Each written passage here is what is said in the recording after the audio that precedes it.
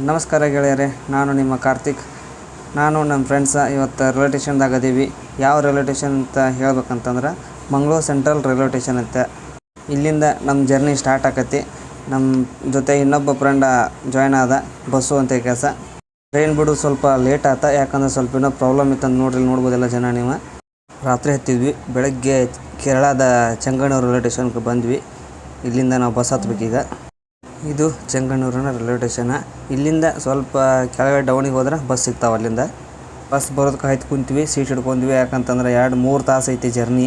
ಹಾಗಾಗಿ ಇಲ್ಲಿಂದ ಪಂಪಕ್ಕೆ ಹೋಗ್ಬೇಕು ನಾವೀಗ. ಇದು ಕೇರಳದ ಬಸ್ ನೋಡ್ರಿ ಹೆಂಗೈತಿ. ನಾವೀಗ ಶಬರಿಮಲೆ ಅಯ್ಯಪ್ಪ ಸ್ವಾಮಿ ದರ್ಶನಕ್ಕೆ ಹೋಗಕತ್ತೀವಿ.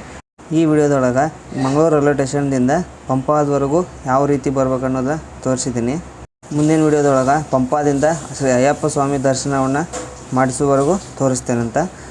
ಎಲ್ಲರೂ ಕಾಮೆಂಟ್ ಒಳಗೆ